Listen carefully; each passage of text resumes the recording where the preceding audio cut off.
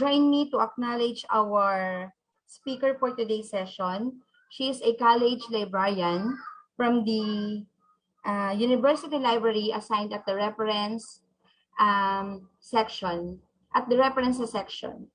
Um, she is none other than Miss Ella Marie at S. Doradar. Hello, Miss Ella. Hello. Good morning, everyone. Ayan, thank you, Ate Carol, for the introduction. Before I start my presentation, I would like to acknowledge first our participants here in the Zoom. No? So we have faculty, students, and staff that we have today in this session. It's so overwhelming to know the number of attendants that we have here in the Zoom. And shout out also to the participants that are currently watching live in our FB page. Ayan. So good morning and welcome to our 19th ILP program. Ayan. So allow me to share my screen. Ayan. So, ayan. Can you see now my screen? Yes, Miss Ella. Ayan, okay, thank you so much. So, ayan, good morning again. And I'm here to discuss about exploring iLife and library website, the online portals of the library. So, these are the following contents of my presentation. The brief history of the university library, the library online portals, ayan, the access to collection, iLive, online databases, and the library website. So these are the learning objectives. So by the end of this presentation, you'll be able to get familiar with the library, identify the various online portals of the library, learn how to access iLive and the library website. So if you have any questions regarding my presentations, feel free to use our link or Pigeonhole link or use the Zoom chat box as we will try to address that later. So let me give you first a brief history of the UPLB Library. So it was formerly known as a College of Agriculture Library and established at the founding College of Agriculture in 1909. So it provides materials and services to meet the instructional, research, and extension needs of the various constituents of the university. So it has the most extensive collection of agricultural materials in the country and are particularly strong in plant and animal sciences. So these are the unit libraries that we have. We have 8 college libraries composed of a College of Development Communication Library, College of Economics and Management Library, College of Engineering and Agro-Industrial Technology Library, College of Forestry and Natural Resources Library, College of Human Ecology, College of Public Affairs and Development Library, College of Veterinary Medicine Library, and the School of Environmental Science and Management Library. We have also 2 special libraries that we have in the UPLB. So it is the National Institute of Molecular and Biotechnology, the Biotech, and Post-Harvest Horticulture and Center PHTRC Library. And we have also school library, which is the UP Rural High School. So, yeah. Meet our university librarian, yan, Ma'am Concepcion D. Saul. Siya yung nag-opening remarks kanina. No? The Office of the University Librarian is in charge of formulating plans and programs of the university library.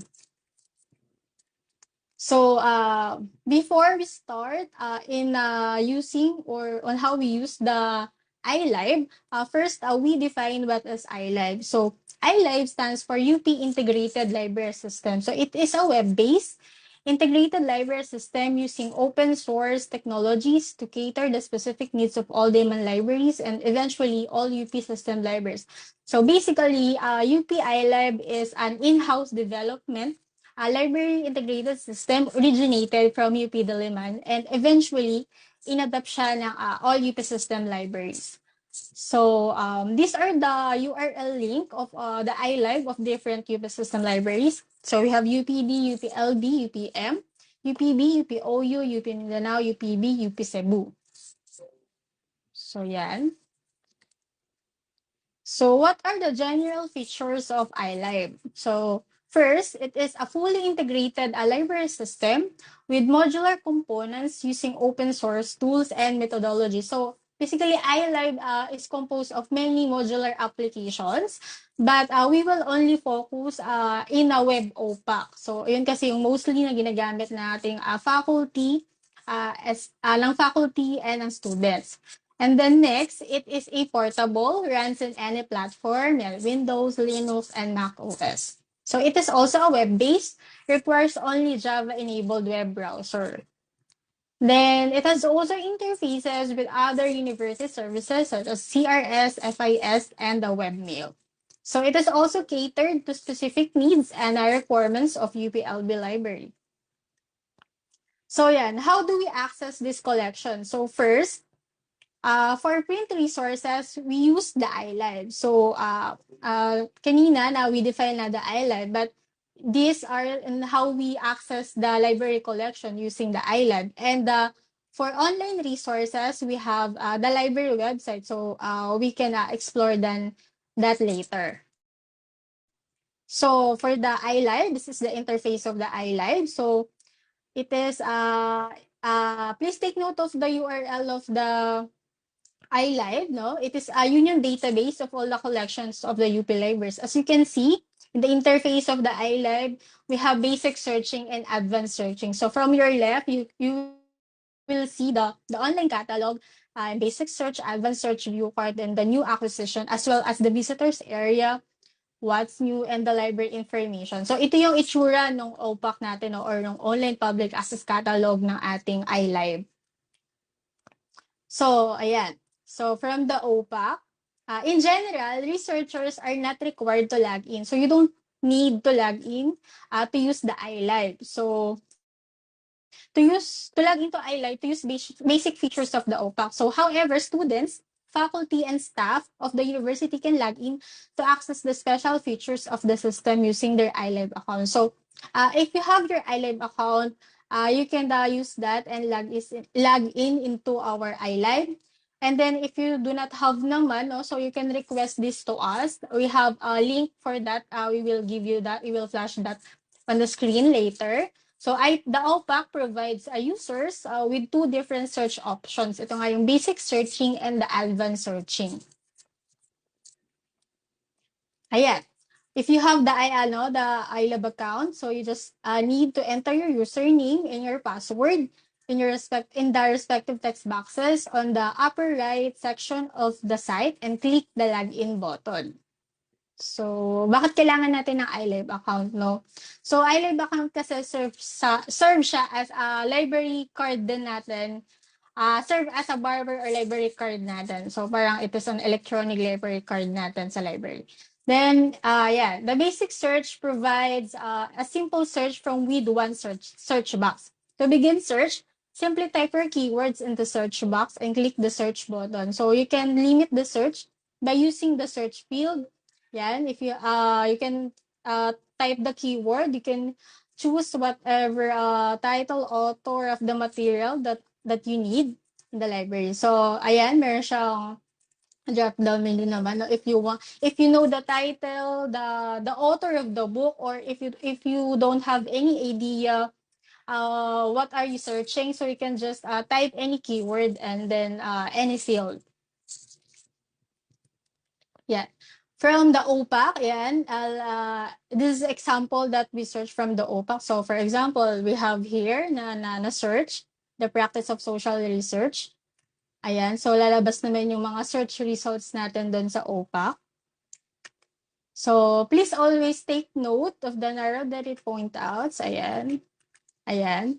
It's important that you note that because you can easily know the location and availability of the material. So for this, this is the bibliographic details of the book. So from it's a brief record, you can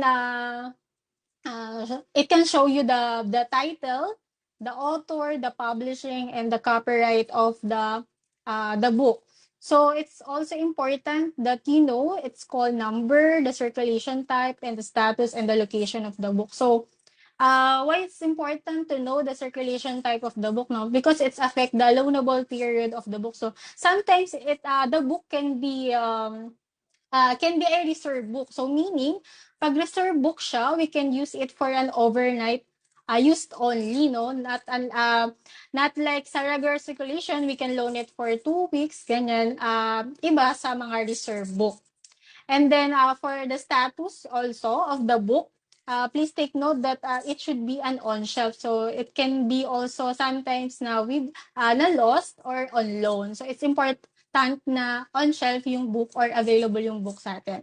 And then the location also. Sabi ko nga kanina, the iLife is the union database of the collection of UPLB libraries. So for this, the book is located at UPLB College of Development Communication. So we should note na not all the materials are available in the library, and it can be also available to other unit libraries. So there.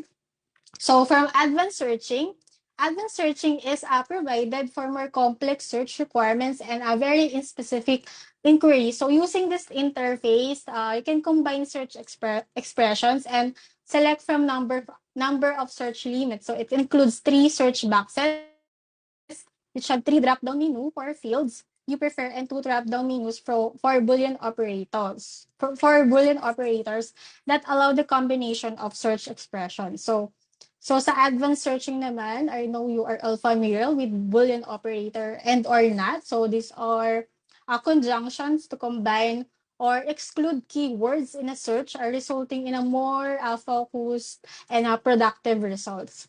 So for this, in advanced searching, you will see that there are, ayan, so may arrow, the narrow down search to specific location of library unit. So if you are searching for a specific material, so you can limit your search the location if you are looking at for a specific unit library. So you can just choose that. And from the type also, so you can narrow down to what specific type of circulation material. So yan, kung ano siya, specific type of material, any type. Then you can provide also the option to limit your search to specific type of material. So for this, we can choose the format of the material that we are looking for. So for this, we can limit if we are looking for a book, a computer file, serials, visual material, map, mixed material, music, thesis, or an article. So magkaiba yung basic searching sa advanced searching. So if we need to be more complex and searching or mas comprehensive yung searching natin, mas specific, we use the advanced searching. So, ayan.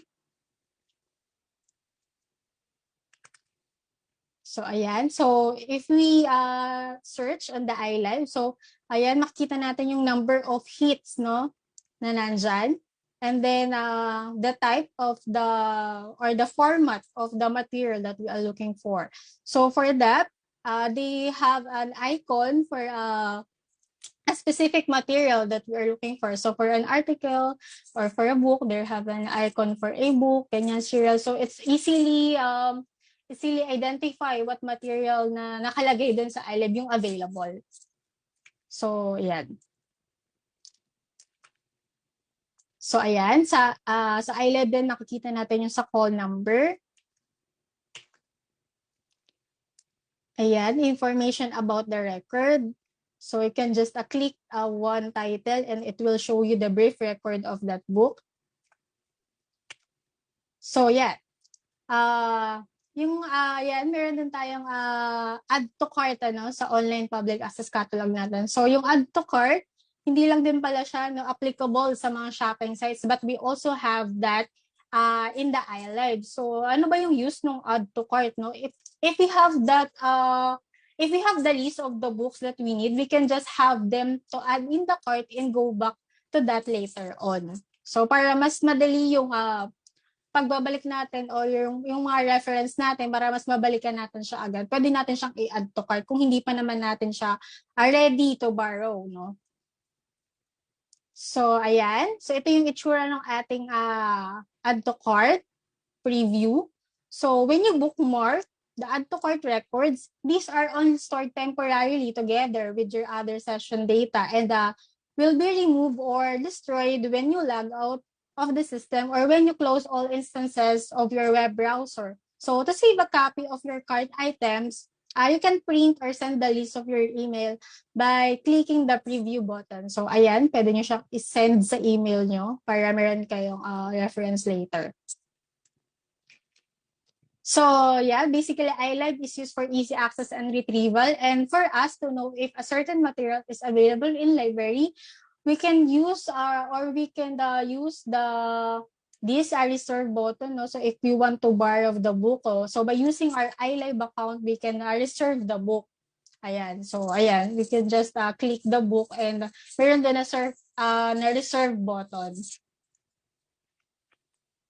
So, ito yung itsura ng ating library card. So, the ELibrary Card is the electronic version of your borrower's card, traditionally used in the library when recording circulation transactions. So, for loans and returns, yeah, it shows your personal information such as your borrower ID, name, and your college. So, it keeps a record of all your transactions with the libraries, such as items on loan, reservations, titles, and the recommended history. So, ayan. So, my library subsection provides additional options for legitimate members of the University of the Philippines. So, for example, students, faculty, and staff, and other users given library privileges.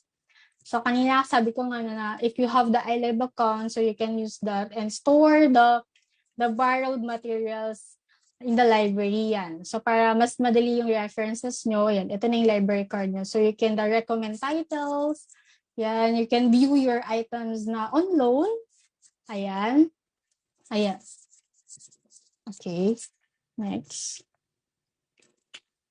So, these are the online forms that you can use so that you can easily access the iLive and borrow materials in the library. So, for iLive account request, so please please screenshot these links.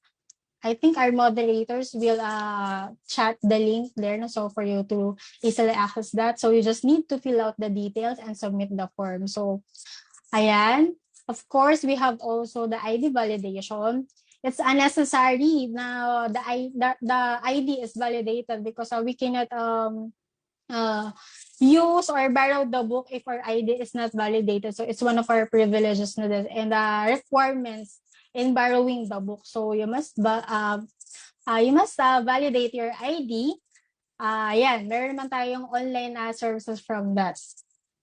And the next is we have also main library online books reservation. So during this pandemic, no, sobrang close, since ang library natin is closed and we cannot personally serve you or we cannot see face-to-face, no, so that we initiated the services so that we can bring the library much closer to you. So we have this online services that we have, particularly in iLive lang muna. But later, we have a separate session for our different online services in the library, which will be discussed by my colleague also. So for this, you can borrow book borrow book online. So you can you just need to also fill out the details and we will notify you once the book is available for pickup. So, paano naman po ma'am if I'm not around the campus or malayo po ako, no? So, for this, you can just email us so that we can assist you on how we will give you the materials that you need. So, we will assist you in that, and you just need to give us the details of that specific materials that you need in your research or academic study. Yeah. So for access to special materials, also we have the link for that. For this, I think the thesis or dissertation. So they have also the requirements. So you just need to fill out. So if you have if you need some research about a dissertation or thesis or references, so yeah, we have a link also for that. So yeah. So there, we will now go to the library website. So our library website is, this is the newly interface of our library website. So please take note also of the URL. So library.uplb.edu.ph. So it's accessible 24/7 anywhere, provided there's an internet connection. Ayan, next. So sa library website natin, you will see the ELVA or the Electronic Library Virtual Assistant. So it is a humanized library service through online chat that assists a library user in their inquiries about the library. It's online from 8 to 5 every Monday to Friday except holidays. And the library user can submit their inquiries even if it's online, and will have their reply on the next working day. So it's a real-time chat na they have different college librarians assigning yan. Real-time yung chat natin sa conversation. You can just chat and use our ELVA. So if you have any inquiries or concerns, so yan, online naman siya and you can just chat that anytime. So yan, so library website natin, meron tayo nakalagay dito yung ating mga link no, from UP system, link ng website ng different UP system. So meron tayong sa UP Diliman, sa UP Manila, UP Baguio, UP Visayas, UP Mindanao, and Open University. So you can just explore that later no, if you have your own time. So yan, meron tayo dyan sa about. Now, we have also in our library website posted the news and updates, the guides to new normal, the history, the services and the facilities, the policy, the library staff. So if you want to know more about the staff and the services, and each has section, so you just need to go here in this particular section of the library website. So we have also the unit libraries and the student guide posted there. So online services. So sa online services, if you happen to forget the URL or the link of the iLife account request, so you can just go here and it will directly lead you to the link of an iLife account request. So we have also posted there open attendance account creation. Yan, Turnitin account, the online book borrowing, meron tayong link for that. And the library online tutorial service, literary search assistance, article request, reserve an iCommon room, and reserve a sit online. So I will not elaborate this much as we have a separate discussion and session for this later in the afternoon. So you just can just attend na lang din para if you want to know more about details or the details about our online services. Ayan. So we have in the afternoon session. So next is the local databases. So the databases, these are the databases that are created and managed by the university, and the UP system can be found on the section. So na siya. Ayan, so meron tayo dito sa iLife system natin. So yung directly URL natin sa local databases. Under local databases is the iLife system. So it will lead you directly on that link. And it also posted here the new acquisition list, the UPLB journals online, the UPLB RDE news research views, index to Philippine newspapers online, index to Philippine periodicals, and delinquent databases. So from online resources, on this portion, you can find the list of subscribed electronic resources or databases, open access journals, and databases on trial of university library. So it's categorized and subscribed by the university library. Both e-journals and e-book are searched through the EBS. So sa under ng online resources naman, we have here open items, the journal subscriptions, and the list of e-books and e-databases that we have. So have also internet resources, OERs, and database on trial. So just browse this later, as we have different databases subscribed by the library, which are multidisciplinary and specific databases that will help you in your academic and research studies. Yeah. So sa other sources, so aside from online databases, the library website provides other sources of information from local or international publication and organization. So ito kanina yung EDS or EBSCO Discovery Service. So it serves as a search engine of the library. So whether you are searching for a certain material, so just need to type the keyword, because it can cover many databases as well as the iLife. So for example tayo mag-type tayo sa EDS natin, ano? So ayan, ito yung lalabas, the direction sa EBSCO natin. And then the search field is displayed above the result list. So for example, we use the EDS or EBSCO Discovery Service for this. It will directly lead you to this. It will look like this. So for example, we search the social search. So the search field is displayed above the result list. In your search terms, limiters and expanders are retained. So to revise your search, you can apply the limiters under limit 2 and the left click or click the show more to link to view all the available limiters. So for searching using the EDS, ayan, you can limit or expand your search. Now for this, you can limit if the material that are you looking for is for full text, ganyan, or catalog only, or peer-reviewed. And also you can use the publication, the cover of the publication date. So if you want the more recent, so you can just drag down the button there. So sa sources type naman, no, so pwede ka rin mamili if what type yung gusto mo. So you can just click academic journals, news or magazines, or kung books or ebooks. So para mas konti yung search results natin, no? So we can just use these limiters and expanders at the left side of the library website. So ayan. Among its local and international distinctions, to name a few. Also, announcements, library programs, activities conducted, and new databases subscribed are posted there. So, if you will see our library website, we have there the programs and activities conducted that are posted there. So, you can just read there. So, yan, nakapost naman siya sa ating library website. Ayun yung mga previous na activities and databases na sinubscribe ng ating library. So, ayan. So, meron din tayong posted there na mga newly acquired books, yung mga new acquisition na book natin na nakapost sa ating library website.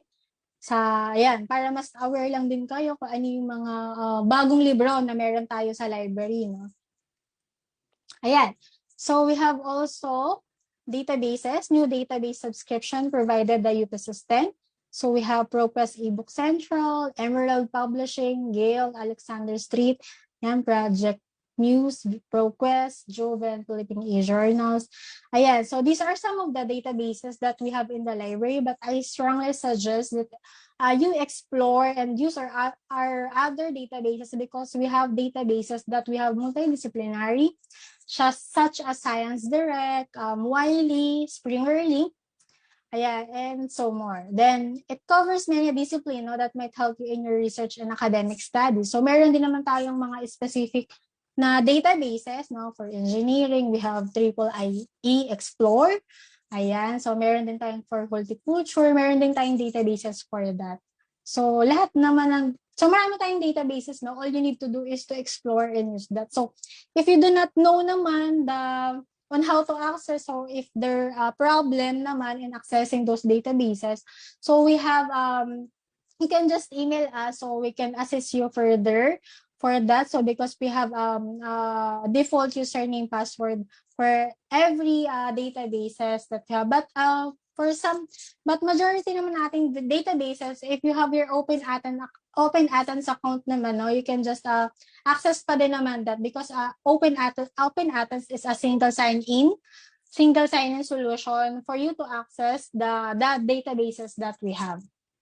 So, ayan. So, yung Open Athens, so I will not show you na the Open Athens because later we have a separate discussion for that. So, yeah, I will just plug in na lang din our library social media accounts. So, sabi ko nga kanina, no, so we have, sometimes we have announcements and activities, na nilalagay namin sa ating mga social media channels. So, you just need to follow and like us. Meron tayong Facebook and Instagram for you to be updated sa ating mga services, online services, announcements, activities na we have in the library. So yan, you just need to follow kung hindi pa kayo followers. Ayan, sa Facebook page naman natin. So we have also participants that are currently watching. So ayan, shout out yan sa ating Facebook. And also we have our YouTube channel. So for our YouTube channel, so you just need to subscribe because and follow. We have there tutorials, video tutorials ng ating mga databases such as like mga applications no, such as Mendeley, Turnitin. So if you're not familiar with that and how to access or how to use that certain application, so you can just rely on our YouTube, no? So we have posted tutorials on that. And also, ayan, ito yung link natin sa library website natin. And if you have any concerns, inquiries, if you want assistance from certain databases, ayan, you can just email us, universitylibrary.uplb@up.edu.ph. So, ayan. Ayan, so meron din social media accounts no yung ating mga unit library. So please screenshot. We have SIF and our library. There have also the social media accounts such as Twitter and Instagram. The SEM, they have also, and the SEYAT. Ayan. So from CDC, the CVN, and the CHE. Ayan. So CPAF, and then the Biotech and the UP Rural. And then also the post-harvest library, and then the SESAM. So I think that's it. So I hope that you've learned a lot on how to access the iLife and the library website for you to use in your academics and research studies. Yeah. Okay, so thank you so much, Ms. Ella, for the very informative talk on exploring iLife and library website, the online portals of the library. So I'm sure maraming natutunan ng ating mga participants from you. So, by the way, I'm Michelle R. Galapon, College Librarian from the University Special Collection Section, and I'm one of your moderators for this session. So hello sa ating mga participants here in Zoom. I think we have 79 participants here, and shout out din sa ating mga participants via live stream. Okay, so now we will move on to our Q&A. So for questions and clarification, you may use the link provided in your screen. So it's pigeonhole.at/19ILT, or you can just scan the code provided in your screen. Ayan, so pwede nyo siyang scan. Or for easier access, pwede nyo tignan yung chat box nyo and click the link for the evaluation link para ma-redirect kayo sa ating Pigeonhole. Okay, so sa chat box, nakapost din ang ating Pigeonhole link. Okay, so keep the questions coming.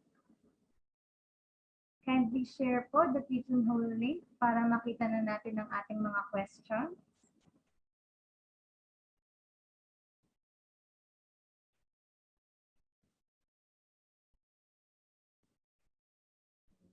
So you may drop your questions at pigeonhole.at/19ILTS1.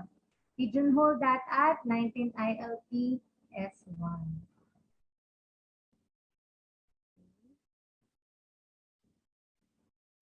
So while waiting, you can also check in our Zoom chat box for the services na ino-offer ng library. So meron tayo ditong iLife account, iLife account request, bit.ly/iLife account request, and then meron din tayong online book reservation and renewal at bit.ly/mainlibrary online book reservation. You can also validate your ID through bit.ly/UPLB MLID validation. You can request for a scanned copy of theses and other publications. So just register via bit.ly/access to special materials.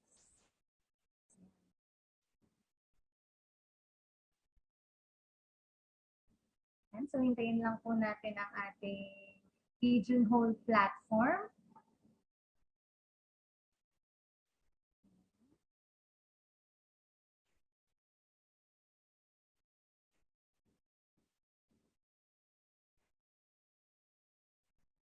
And I'm sure our speaker is now ready to answer all of your questions. So ito na po ba siya? Yes. Okay, so for question number 1, the iLife account request form is asking for a copy of student ID. What if we don't have a student ID? New graduate student here.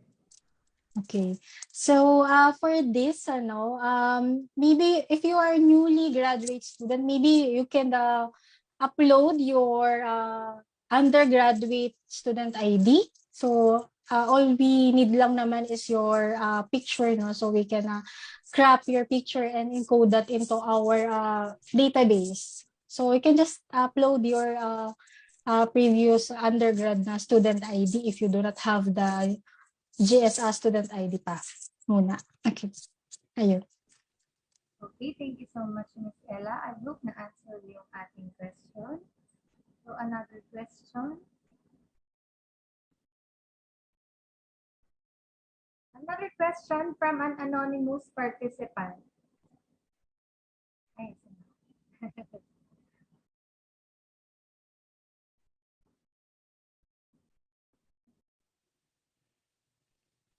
So another question from an anonymous participant. I'm not sure if I've created an iLife account before.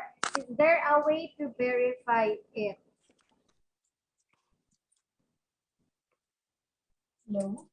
Hello, Ms. Ella. I'll repeat the question from an anonymous participant. I'm not sure if I've created an iLife account before. Is there a way to verify it? Wait lang.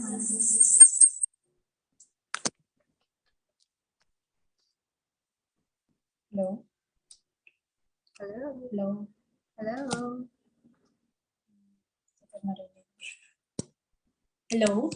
Hello, Ms. Ella. Hello? Hi.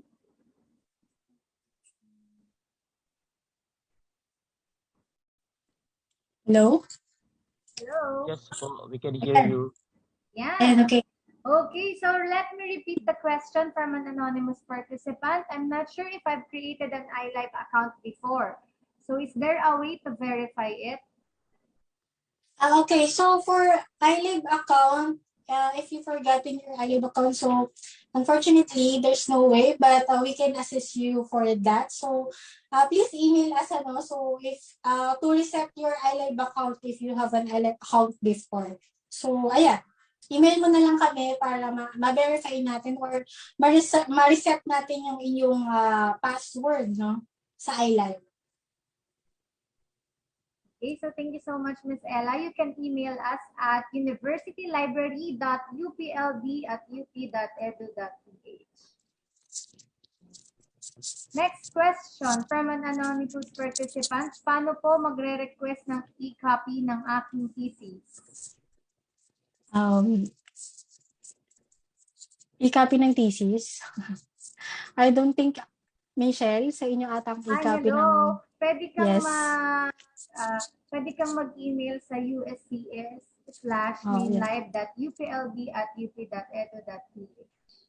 Ayan, for thesis Or request. pwede rin dito sa universitylibrary.uplb@up.edu.ph and then state your concern lang para ma-serve namin yung inyong request, especially thesis request.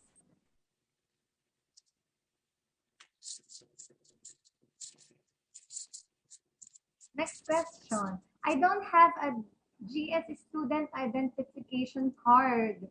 Could you please tell us how to obtain an ID, as it is one of the requirements for obtaining an iLife account? Continuing GS student. Okay, so for this, you can just email siguro the registrar on how to obtain an ID. Parang may process din ata sila doon. May online process na rin sila doon. Kasi I've said nga kanina na sa iLive account, if you do not have an ID yet, we only require picture nung kanilang, kunyari, undergrad, kung meron silang ID noon. So you can just use that and upload for the attachment. So, ayan. So, you can email na lang the register for that matter regarding requesting for an ID. Ayan. Okay. So, kung hindi nyo alam yung email address ng registrar, pwede nyo makita sa website ng University of the Philippines, Los Baños. Okay, another question from an anonymous participant. How can I access the SPSS? SPSS, ano? I think, Statistical package software yan. So, you can email also the universitylibrary.uplb.edu.ph para magkaroon for kayo access ng of slot SPSS. sa Learning Commons.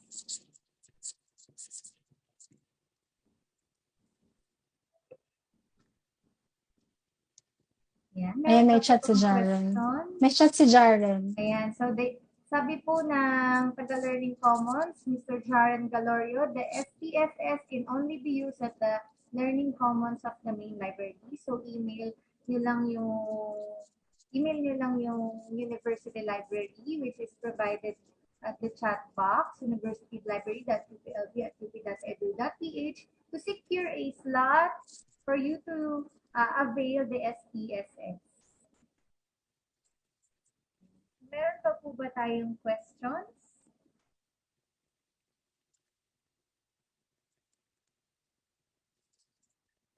Yan. So, pwede pa po kayong magtanong for your question and clarification. So, from Miss Ana Dolores, do you have an ABP in the site that can serve as a sort of orientation for users? I'd love to share that to my students in case they're not maximizing yet iLife or library services. Hello. I think for this orientation of ABP, the social media committee, they are preparing for the orientation of the library, no. So, Michelle, ano na ba ang status ng ating ABP for that? As of now, since MECQ pa at yung ibang staff natin ay hindi pa nakakapunta sa library, inano muna namin yung shooting. Parang minove muna namin yung shooting. So, But then, siya. pwede nyo pong makita sa YouTube channel natin, UPLB Library Official YouTube channel, yung mga tutorials na meron tayo doon. Para pwede nyo gamitin yon sa inyong mga course pack. And in case also na maging available siya, we will post it din naman into our Facebook page, and YouTube, to our all social media channels, so we can reach our students better.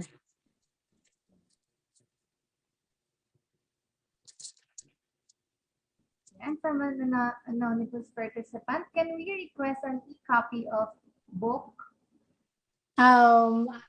For this kasi na hindi talaga kami nagbibigay ng e-copy of book unless siguro sa faculty kapag may klase siya, kasi due na rin sa ating copyright reasons. So talagang we have restrictions in giving e-copy of book. We can give a specific chapter ng book, but we cannot provide you the whole e-copy of the book. Ayan. So, yan.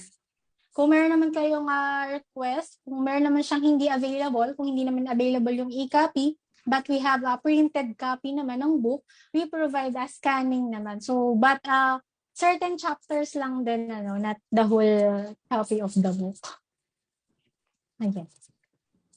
So, Mr. Pius Murillo has shared the UPLB Library's academic and research support for online learning. So, you can download it para ma-maximize nyo yung use ng ating mga library databases. So, nandyan lahat ng mga sinusubscribe ng UPLB Library na database. Kindly download it. So, next, from Ms. Ana Dolores, we can also use the FB Live link rin nga pala of this. Thank you. Yes po. Next, can high school students also request an account to the iLife account? Yes. Ginagawa namin siya. But I think Ms. Dan of UP Rural na pwede na rin yung gawa nito, no, sa ating iLive account. Ayan. So, you can just contact Miss Dan of UP Rural for your iLive account request. That's high school students.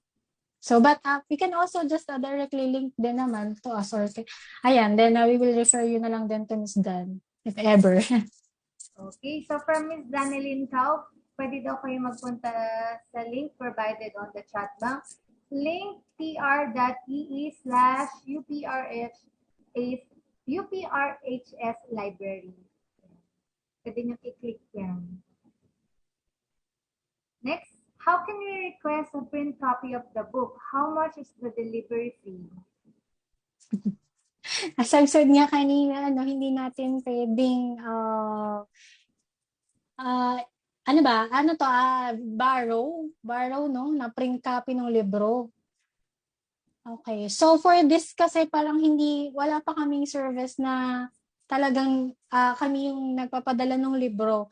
As if ever na talagang meron siyang e-copy as much as possible, yun yung pino-provide muna namin or sinasuggest namin sa aming mga clients, ayan, na kung may e-copy, para less din yung delivery fee, na wala siyang delivery fee, yun na lang din muna ang gamitin. But sabi ko nga, pwede rin scan na lang din muna ng mga chapters ng book na kailangan nila. But for this, if they have the printed whole copy of the book, ayan, so far, I think wala pa kaming service na talagang dinideliver namin yung book.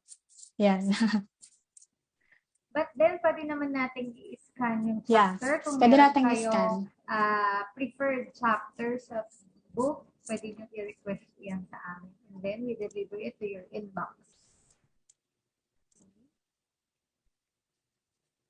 Next question. How can we view po the books? From Matthew. What do you mean? View sa iLive ba? Or sa library website? So, sa viewing ng books, the whole content ba? Usually kasi sa iLive lang naman is bibliographic details, no? Yung title, author lang ng book, but the full text of the book, wala siya doon sa iLive. But sa library website, if you want to view the book, there are databases that have an ebook, such as the copy. Meron silang ebook doon na you can browse para makita mo yung full text nun. So we have a certain specific titles na merong full text para doon ma-view mo yung mga libro. So, explore na lang yung library website natin. Meron tayong mga ebooks na available na nakapost doon. Ayan. Na pwede nyong ma-view. Ayan. Or pwede rin, kapag na-send na namin sa inyong email, can just use the Google Drive for you to view the book na ni-request niyo.